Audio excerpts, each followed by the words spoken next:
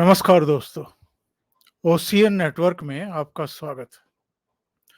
2010 में आमिर खान प्रोडक्शंस की एक फिल्म आई थी पीपली लाइव और बहुत पसंद की गई थी।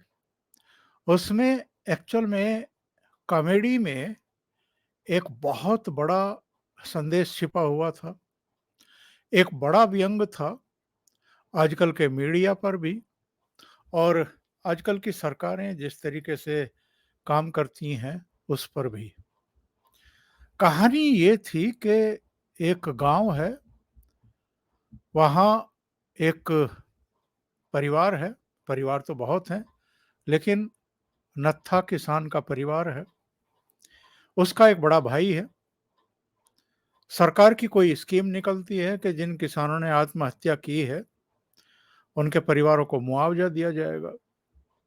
इनके परिवार पर भी कर्जा चढ़ा हुआ है, गरीबी है, बदहाली है, बहुत बुरा हाल है।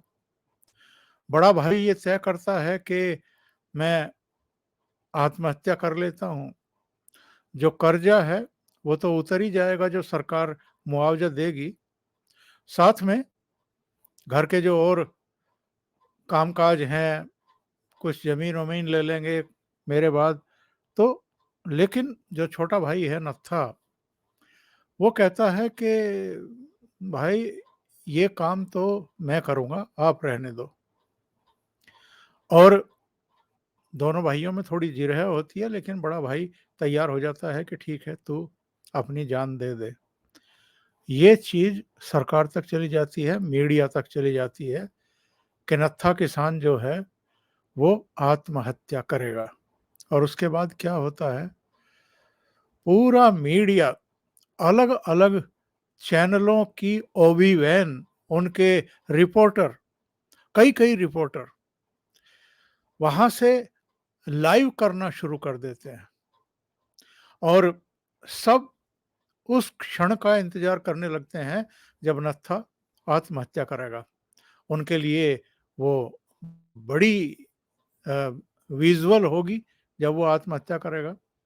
और उसका इंतज़ार करने में वहाँ जो सीन बनता है और जिस तरीके से ना केवल उस राज्य सरकार के हाथ-पाँव फूलते हैं, बल्कि केंद्र सरकार भी उसमें इन्वॉल्व हो जाती है और उसको भी राजनीतिक फ़ायदे दिखने लगते हैं। टीवी चैनलों के स्टूडियो में विशेषज्ञों को बुला कर के बहस शुरू हो जाती है। उसके बाद आखिर में नत्था तो वहाँ से निकल भागता है, वो आत्महत्या करता ही नहीं है और कहीं बहुत दूर चला जाता है। चैनलों को पता भी नहीं चलता। उनको अपने डेरे तंबू वहाँ से उखाड़ने पड़ते हैं। जो मेला लग गया था, वो मेले वाले भी, दुकानदार भी भागते हैं फिर वहाँ से कि अब तो यहाँ कुछ बचा नहीं है। तो ये पीपली लाइव के की एक संक्षिप्त सी कहानी मैंने आपको बताई कि मीडिया चैनलों को रोज एक तमाशा चाहिए अपनी टीआरपी बढ़ाने के लिए, व्यूअरशिप को बनाए रखने के लिए। कोई एक तो नायक चाहिए या फिर खलनायक चाहिए या कोई ग्लैमरस चेहरा चाहिए। वो फ़िल्म इंडस्ट्री का हो, फैशन से हो, वो किसी भी क्षेत्र से हो सकता है। महिला हो तो उनके लिए और भी सोने पर सुहागा वाली बात हो जाती है।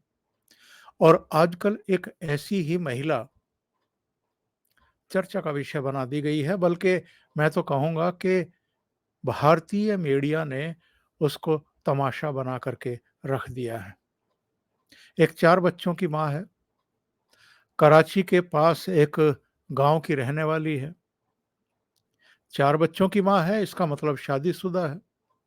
उसका पति कहीं खाड़ी के किसी देश में है।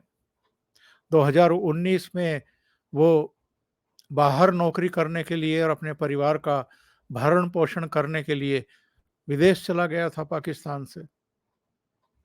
अब ये जो महिला है, जिसका नाम सीमा हैदर है, उसका कहना है कि साहब मेरी कभी अपने पति से बनी नहीं। हालाँकि दोनों ने प्रेम विवाह किया था, भाग करके विवाह किया था। एक मिस्ड कॉल से दोनों के बीच में चर्चा शुरू हुई, फिर कहते हैं कि प्यार हो गया, घरवाले तैयार नहीं थे, फिर भी भाग करके शादी कर ली, 4 बच्चे भी हो गए। और 4 बच्चे होने के बाद चूँकि पति विदेश में था, तो इसकी वहाँ पाकिस्तान में भी किसी से दोस्ती रही और उसके बाद उनका कहना है कि साहब यहाँ जो ग्रेटर नोएडा का एक गाँव है, वहाँ के निवासी एक सचिन मीणा, कोई पबजी गेम होता है उस पर उससे बातचीत शुरू हुई और दोनों में प्यार हो गया और फिर दोनों ने मिलने का फैसला किया। अभी मार्च में ये नेपाल में किसी जगह मिले। वहाँ इनका कहना है कि साहब हमने पशुपतिनाथ मंदिर में शादी भी कर ली और 6-7 दिन साथ में किसी होटल में भी इन्होंने बिताए। इसके बाद वो वापस कराची चली गई, ये वापस भारत आ गए, नोएडा आ गए और उसके बाद फिर वो बच्चों के साथ वापस लौटी। अब वो महिला नेपाल की सीमा पार करके भारत में आई है और सचिन ने उसको रिसीव किया है, अपने घर में रख रहा है। पता भी नहीं लगता किसी को कि कोई पाकिस्तान की नागरिक इस तरीके से नेपाल के रास्ते अवैध रूप से यानी बिना जो ज़रूरी दस्तावेज हैं उनके और परमिशन के बिना भारत में आ गई है और किसी के साथ पत्नी की तरह रह रही है। किसी सरकारी कागज के बनवाने के दौरान मामला पकड़ में आया कि ये तो पाकिस्तानी है और उसके बाद गवर्नमेंट को सूचना दी गई यानी पुलिस को सूचना दी गई, राज्य सरकार को जानकारी मिली, उसको गिरफ्तार कर लिया गया। अदालत ने बाद में उसको, चूँकि 4 बच्चे भी हैं, उनकी देखभाल भी करनी है, दूसरी भी चीज़ें हैं और कुछ शर्तों के साथ कि आप देश छोड़ कर के नहीं जाएँगी, ज़मानत पर रिहा कर दिया। जब से वो ज़मानत पर रिहा होकर के सचिन मीणा के घर वापस आई है, छूट करके, तब से भारतीय मीडिया पागल हो गया है। उसको लगा कि इसमें ग्लैमर भी है, महिला भी है, पाकिस्तानी भी है, भागकर भी आई है, बच्चों के साथ आई है, यानी कई एंगल उनको मिल रहे हैं और उन एंगल पर तो वो स्टोरी पर स्टोरी बनाए ही जा रहे हैं, विजुअल पर विजुअल दिखाए ही जा रहे हैं। जहाँ वो जिस घर में जिस युवक के साथ और उसके परिवार के साथ रह रही है, वहाँ का क्या सीन है आप कल्पना भी नहीं कर सकते हैं। अलग-अलग टेलीविज़न चैनलों के यानी समाचार चैनलों के जो संवाददाता, महिला एंकर्स वग़ैरह वहाँ पहुँची हुई हैं, वो जो उस महिला के साथ खींचातानी कर रही हैं कि हमारे साथ लाइव आइए, हमारे साथ बात करिए, हमें इंटरव्यू दीजिए, हमें इस एंगल पर बात करनी है, हमें ये पूछताछ करनी है, आपने उस चैनल से ये कहा था, फला चैनल से ये कहा था, आपकी बातें अंतर्विरोधी हैं, छत पर चलिए, वहाँ से लाइव करते हैं। मतलब एक तमाशा बना करके रख दिया है उस महिला का। ये कुछ सीन मैं दिखाता हूँ, एक वीडियो से मैंने ये स्नैपशॉट लिए हैं। ज़रा आप देखिए कि किस तरीके से खींचातानी हो रही है उसके साथ। ऊपर एक रिपोर्टर है, उसके साथ पीछे की तरफ एक रिपोर्टर खड़ी हुई है, दोनों उसे अपनी तरफ खींच रही हैं। यहाँ आपको 3 रिपोर्टर, 4 रिपोर्टर, 3 रिपोर्टर दिखाई दे रही हैं और एक पुलिस अफ़सर दिखाई दे रही है। ऊपर छत पर आप पूरी भीड़ देख रहे हैं, क्या स्थिति बना के रखी हुई है। यानी वहाँ के जो आस-पास के लोग हैं, वो भी तमाशबीन बन गए हैं और जो चैनल हैं, चैनलों की जो रिपोर्टर्स वहाँ गई हुई हैं, वो भी खींचातानी कर रही हैं सीमा हैदर के साथ। शुरू में वो अलग-अलग टेलीविज़न चैनलों के संवाददाताओं से, रिपोर्टर्स के साथ जिस तरीके से बात कर रही थी, उसको लेकर के बहुत सारे सवाल खड़े हुए हैं। बहुत सारे लोगों का कहना था कि वो तो कैमरा फ्रेंडली है, तो ज़रा भी हिचकती ही नहीं है और वो तो पूरे भाव के साथ और एक्सप्रेशन के साथ बातचीत करती है, बहुत ही फ्रैंक है, वो तो हिंदी बोलती है। सारे सवालों के उसने जवाब दिए भी हैं कि मैं बहुत हिंदी फ़िल्में देखती थी वहाँ पर। इसके अलावा जब इनसे बात हो रही है तो मैं बहुत सारी हिंदी सीख भी चुकी हूँ ऑलरेडी। अभी पता चल रहा है कि एक्चुअल में वो तो बलूच है, यानी जो पाकिस्तान का बलूचिस्तान इलाका है वहाँ से है। अभी किसी ने एक और खबर जारी कर दी कि वो मुसलमान नहीं है, वो तो हिंदू है। अब वो हिंदू है या मुसलमान है ये तो जाँच का विषय है। वो सच में ही मासूम है? क्या सच में ही सचिन मीणा से प्यार करती है इसलिए अपने बच्चों के साथ अवैध रूप से नेपाल के रास्ते भारत पहुंच गई और नोएडा पहुंच गई? ये सब जांच के विषय हैं। बहुत सारे लोग दूसरी कहानियां चला रहे हैं। उनका कहना है कि ये तो आईएसआई की एजेंट है। एक और नाम चला दिया कि पाकिस्तानी सेना में फला नाम की एक इसकी शक्ल से मिलती-जुलती ऑफिसर है, ये तो वो है। उसको यहाँ किसी मिशन पर भेजा गया है। सबसे आश्चर्यजनक बात क्या है कि जो इस देश के अपने आप को टीआरपी का गुरु मानने वाले और बताने वाले चैनल हैं, जिनमें अंग्रेजी के भी हैं, हिंदी के भी हैं, वो प्राइम टाइम में भारत से 2-3 जाने-पहचाने चेहरों को जोड़ते हैं, पाकिस्तान से भी कुछ गेस्ट को जोड़ते हैं। वहाँ के जो चैनलों में काम करने वाले या यूट्यूब चैनल में काम करने वाले महिला और पुरुष हैं, उनको जोड़ लेते हैं। यहाँ से भी जोड़ लेते हैं। मेजर गौरव आर्य से लेकर के कई लोगों को जोड़ लेते हैं और उसके बाद गरमा-गरम चर्चाएँ होती हैं। ये तो जासूस है और कई तरह के उदाहरण और अतीत में हुई घटनाओं को जोड़ करके इस महिला का एक तरीके से जाँच-पड़ताल कंप्लीट होने से पहले ही चारित्रिक हनन करने पर उतारू हैं। भई जाँच-पड़ताल हो जाए, कोई एजेंसी जो कुछ वो बता रही है, उसको गलत साबित कर दे, महिला को झूठा साबित कर दे या जो यहाँ कहा जा रहा है कि ये तो पाकिस्तानी सेना या आईएसआई की एजेंट है और किसी मिशन पर सचिन मीणा का मामू बना करके, बेवकूफ़ बना करके यहाँ पहुँची है और अपना मकसद पूरा करके शायद यहाँ से भाग जाएगी। अब कराची में भी इसके खिलाफ गुमशुदगी की रिपोर्ट दर्ज हो गई है।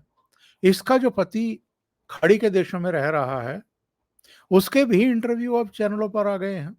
बल्कि एक चैनल ने तो और भी कारस्तानी की। इधर से सीमा हैदर को और सचिन मीणा को जोड़ लिया और उधर से उसके पति को जोड़ लिया और फिर दोनों में तू-तू मैं-मैं शुरू करवा दी। जब इतनी सारी चीज़ें सामने आ ही गई हैं, उसका पति भी इससे शिकायतें कर रहा है। ये भी अपने पुराने पति पर तमाम तरह के आरोप लगा रही है कि जब वो साथ रहते थे तो भी मारपीट करते थे। अभी वहाँ भी रह रहे हैं, भले ही वो पैसे भी भेज रहे थे परिवार के लिए, बच्चों के लिए, लेकिन जब भी हमारी फ़ोन पे बात होती थी, तो फिर हमारे बीच लड़ाई हो जाती थी। ये उससे कह रही है कि आप मुझे तलाक दे दीजिए। वो तलाक देने को तैयार नहीं है। यानी ये तो स्थापित हो गया है कि ये अपने पति को छोड़ कर के और भारत के एक युवक के प्यार में पागल होकर के अपने बच्चों के साथ भारत पहुंची है नेपाल के रास्ते। अब भारत और नेपाल के बीच में जो सीमा है उस पर कोई चेकिंग तो होती नहीं है, पासपोर्ट की ज़रूरत भी नहीं पड़ती है और 4 बच्चों के साथ कोई महिला आ रही है, तो उसको वैसे ही कोई चेक नहीं करेगा, शक नहीं करेगा, तो वो यहाँ पहुँच गई।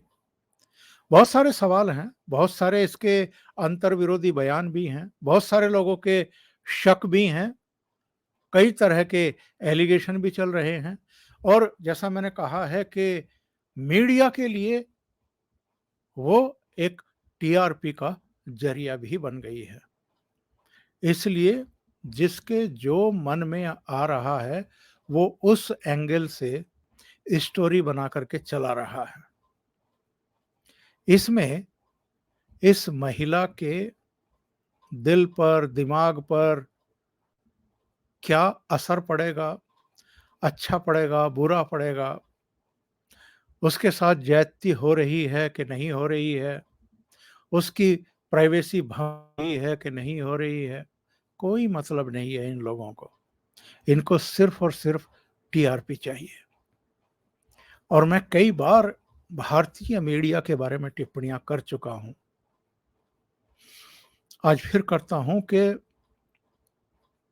ये जो टीआरपी की भूख है, ये बहुत सारी जो अ, कहना चाहिए कि सीमाएं होती हैं, उनको भी ये लोग ध्वस्त कर देते हैं, तोड़ देते हैं इसके लिए।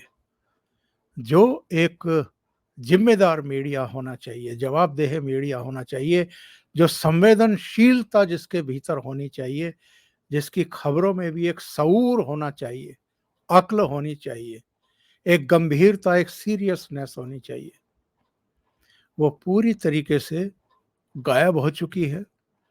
और मैं तो कई बार कहता हूँ कि या तो ये एजेंडा मीडिया है, जो एजेंडा चलाता है अलग-अलग पॉलिटिकल पार्टियों के लिए, अलग-अलग विचारधाराओं के लिए, अलग-अलग नेताओं के लिए भी, या ये तमाशा मीडिया है, जिसको सुबह से लेकर के शाम तक, रात तक और फिर अगले दिन भी रोज एक तमाशे का विषय चाहिए और विषय वस्तु चाहिए, एक नायक या खलनायक चाहिए। इसमें किसी की किसी किसी के चरित्र का हनन हो रहा हो, किसी के बारे में चाहे लोगों का जो भी परसेप्शन बन रहा हो, सामाजिक वैमनस्य बढ़ रहा हो, देशों के बीच में तनाव बढ़ रहा हो, कोई मतलब नहीं है इनको। इनको सिर्फ टीआरपी चाहिए और राजस्व चाहिए।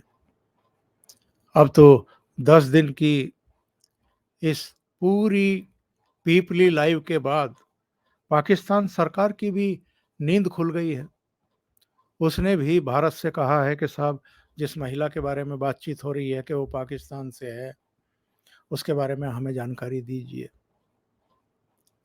कितने असंवेदनशील हैं हमारे पड़ोसी देश में बैठे हुए हुक्म शाह भी, जिनकी आंखें 10 दिन बाद खुल रही हैं कि हमारा कोई नागरिक, हमारी कोई देश की महिला 4 बच्चों के साथ नेपाल के रास्ते भारत चली गई है। हर शाख पे उल्लू बैठा है, अंजामे गुलिस्ता क्या होगा। तो सीमा हैदर के साथ जो इंडियन मीडिया इस समय कर रहा है, वो किसी भी दृष्टिकोण से आप उसको सही नहीं ठहरा सकते। इसको जासूस बता देना, उस पर तमाम तरह की तोहमतें लगा देना, कई तरह की स्टोरीज करना। अरे भाई, जो जांच पड़ताल चल रही है, जाहिर है वो पाकिस्तानी नागरिक है और गलत तरीके से भारत में आई है, तो भारत की जो इस समय टॉप की एजेंसियां हैं, वो भी उसकी जांच पड़ताल में इन्वॉल्व ऑलरेडी हो चुकी हैं। तो जांच पड़ताल होने दीजिए, वो किसी नतीजे पर पहुंच जाए उसका भी इंतजार कर लीजिए, लेकिन इनको इंतजार नहीं करना है। अभी के लिए इतना ही। बहुत बहुत धन्यवाद।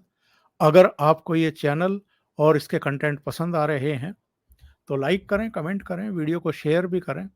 अभी तक अगर आपने ये चैनल सब्सक्राइब नहीं किया है तो सब्सक्राइब कर लें और साथ में लगे बेल आइकॉन को दबा दें ताकि आगे आने वाले वीडियो और उनके नोटिफिकेशन आप तक पहुंचते रहें। बहुत बहुत धन्यवाद। नमस्कार।